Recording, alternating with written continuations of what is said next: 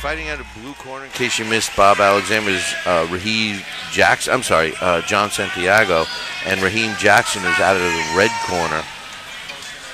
He's got a strong upper body, doesn't he? In the blue corner.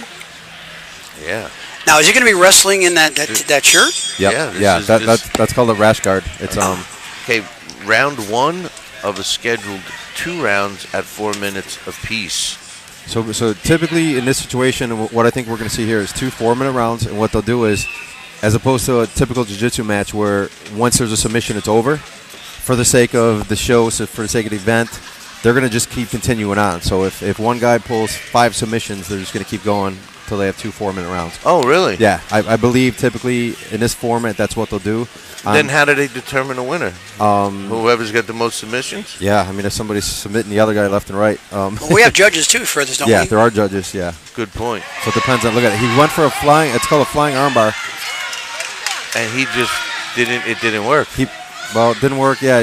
You never know if it'll work, but he took a risk, though. It's cool what he did. He actually controlled his arm, threw his body in the air, and tried to lock him in and bring him down into the submission. But Jackson was ready for it, yeah, he was ready. He defended it well. He was able to get out of it. That's a good thing. Now, don't you think Jackson's at a disadvantage with that loose shirt? Yeah, the loose shirt, I don't like doing when I compete. Sometimes you kind of get tangled up a little bit in it. Normally you'll see a tight rash guard like that, or just, no shirt. Can you go no shirt? Yeah, absolutely. Yeah. I don't know why he's not. Yeah. Now, what do you think, Zeus? Do you think that what did you call the outfit that blue corner's in? Rash guard is the rash guard is the top. It's you actually get a lot of burns along the mat and stuff if doing grappling like this. Right now they're jockeying for position. So again, it looks like, oh, these guys are dancing. They're not. They're looking for something. They're looking for any opening to be able to get a takedown for the most part. You can see a lot of counters going on. Yeah, absolutely. This is the closest thing to traditional wrestling. Yeah. Greco-Roman. Yeah. So basically it starts up standing as wrestling.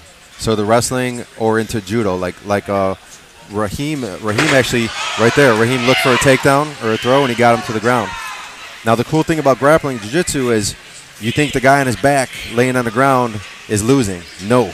In jiu-jitsu, a lot of guys like to be on their back because there's a lot of attacks you can do from your back. Now, obviously, like Mark Anthony mentioned about the judges, that was worth some points, right?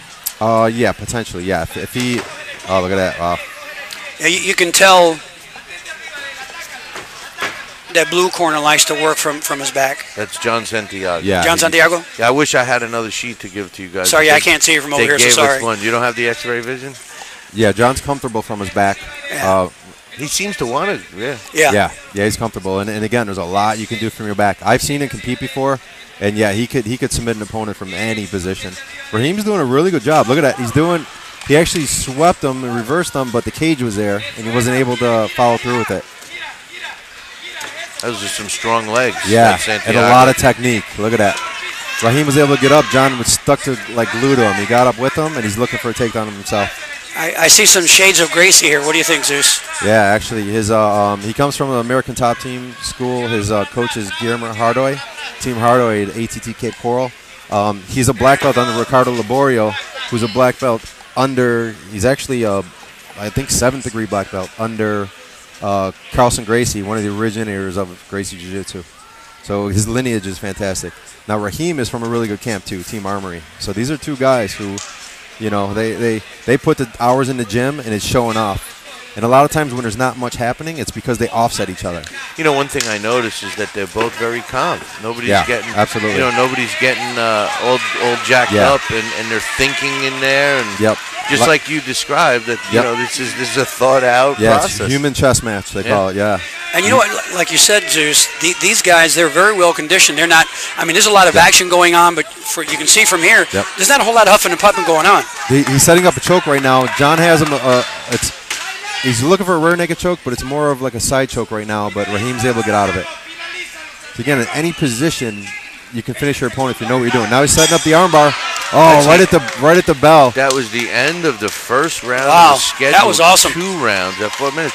That actually was the most entertaining first round of grappling that I've ever seen. Actually. The last times I've seen it, they just pretty much were looking for a spot. Did you notice at the end there, about 20 seconds before, John actually had his neck. He had Raheem's neck. He was looking for a choke. He had his neck and his arm in a choke. He was trying to set up what's called a rear naked choke, but he had a side choke on. an arm triangle, it's also called. But what Raheem was countering that, getting out of it, John was transitioning right into an armbar. So and that's the tale of you know what you're doing. You're training a lot when you transition from one to the next to the next to the next. Now in the amateur, I know you were going to add something, Mark. But I'm going to ask in the amateur.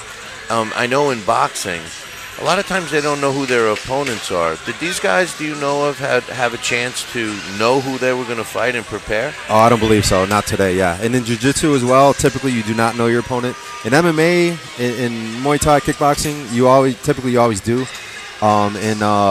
Grappling and jiu-jitsu like this, yeah, it's kind of like amateur boxing. Yeah, you show up yeah, and exactly, you're fighting. Exactly. MMA, no, because you train a while for the guy. Right. Let's go to round 2. Second round, scheduled for 4. Good show of sportsmanship there. And entertaining first round. Yeah. And one thing you picked up when you said before, they're very calm. That just shows the hours they spend in the gym. These guys do this day in and day out, probably 4 or 5 times a week for years. So, they've seen it, they've done it. It's a matter of either implementing your game plan or trying to counter your opponent trying to implement his game plan. And recognizing what they're trying to do to you and counter it, right? Absolutely. So what you're saying is that they're thinking 2 and 3 steps ahead, like you said, just like in chess. Yep, absolutely. Like right now, they're not just hugging. They're actually jockeying for position, the arm control, to be able to get a takedown, to be able to get a judo throw like that. See, now you see how he slipped out of there? Yeah, he did. That was a cross between an arm drag takedown from wrestling to like a judo type throw. And Jackson seemed like he made it very hard on Santiago. Absolutely. Wow, look at that. Picked him up and slammed him. See, now it looks like Santiago's plan is now he's focusing more on trying to get that arm bar. He's going for the arm bar then. The arm bar's locked in.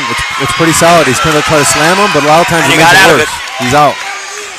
Great counter. Yeah. Great job by John. Great counter by Raheem. And again, he didn't panic. Yep, absolutely. No, you're right. Good point. Good point. And again, he didn't panic because he's been in that position 1,000 times in a gym. It's just a matter of it, if you can get out. Now, Raheem's in a bad situation right here now. He has one arm in and one arm out. That basically means John is going to try to set up a triangle choke, which is to wrap his legs around. He wants to bring one foot down across Raheem's back and to bring the other foot down, trapping it in a triangle variation. And what does John have to do to prevent it? What does Raheem have to do to prevent it? Not allow John to sweep his right leg across the back of his neck, because then John could. Okay, he's totally out of it now. But yeah, John's totally working for submissions, and Raheem's totally evading, avoiding, and countering submissions. So who's scoring the points? That's the thing, yeah. How do you score that? I personally like the attacker, whether it's any kind of fighting style. I personally like the guy going for it. But you got to give credit to Jackson for getting himself out of it and he's doing a fantastic job. Kind of figuring out what he's going to, seeing what he's getting. The thing that impresses me so much, as opposed to our first bout that we saw, as soon as the young man got hurt, he panicked and he lost all of his training. Yeah. Yeah, there you go. Nice takedown. Yeah, but the difference, Mark, is that these two guys, like Zeus has been pointing out, obviously are experienced. Oh, yeah. And I hate to say, but that first fight, not so much. Raheem's doing a great job. He's got top position. He's trying to stay really heavy and trying to keep that position. And John was trying to sweep him. If you keep noticing, he's turned into him, and then he'll grab onto an arm or something, a post, and he'll try to roll him over and reverse him now where John's on top. See, now notice that Raheem tries to keep a lot of body weight on top of him when he's doing that, kind of take away his air. Exactly. And now John's counter to that is either, okay, I'm going to try to submit you from that position, or I'm going to try to reverse you, and I'm going to take that position. And John's trying it. Well, see, right now he's trapping his arm. He's trying to, what I was saying before, he's throwing his leg around the back of his neck. He's trying to set up a triangle choke. But again, from here, all Raheem has to really do is stand him up again and slam him. Yeah, but sometimes it's bad. Sometimes it puts you deeper into the choke. Here he's setting up the arm bar again. Oh, the arm is trapped in there. This actually might be the finish. Oh, he slid out. Right out. And great defense by Raheem. That's awesome. And Raheem, he's going for a different angle on an arm bar. Arm bar to shoulder lock. Now what Raheem was just pointing. Angle. Oh, his foot was caught. I think in his trunks. In his shorts. So John's again working for that armbar. He's constantly looking for the next submission. That's what I like. But Raheem sees it and he's defending it really I was just well. going to say he may be working for it, but Raheem seems ready for it. Absolutely. And I think Raheem's strength is helping him a lot. He's a strong kid. Yeah.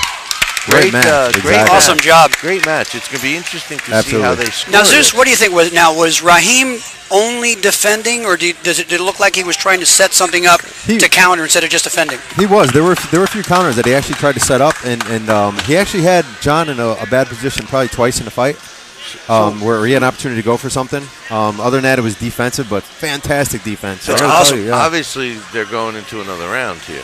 Yeah, it looks like it. See, now this type of match will make me a fan of grappling. Yeah, exactly. See, this is great for the sport because people are watching.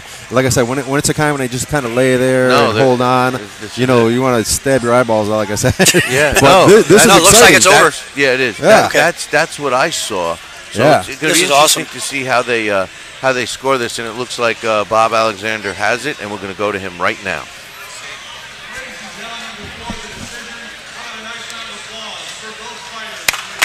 Wow.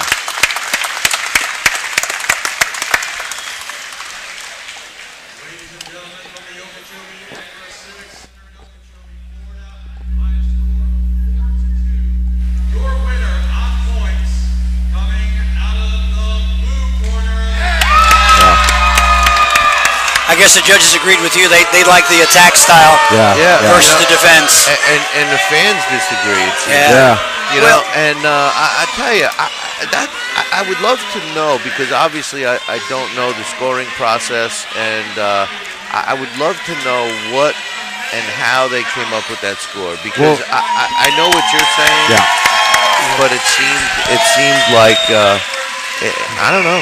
There was nothing to boo about that match. No, absolutely. I would like to have seen it be even. I have no idea what people are going. But I'll tell you, though, so what they did was, I didn't know how they were going to do this fight, but they ended up scoring it like the typical traditional scoring set for jiu-jitsu matches, where like a takedown. If you get a takedown, it counts for points.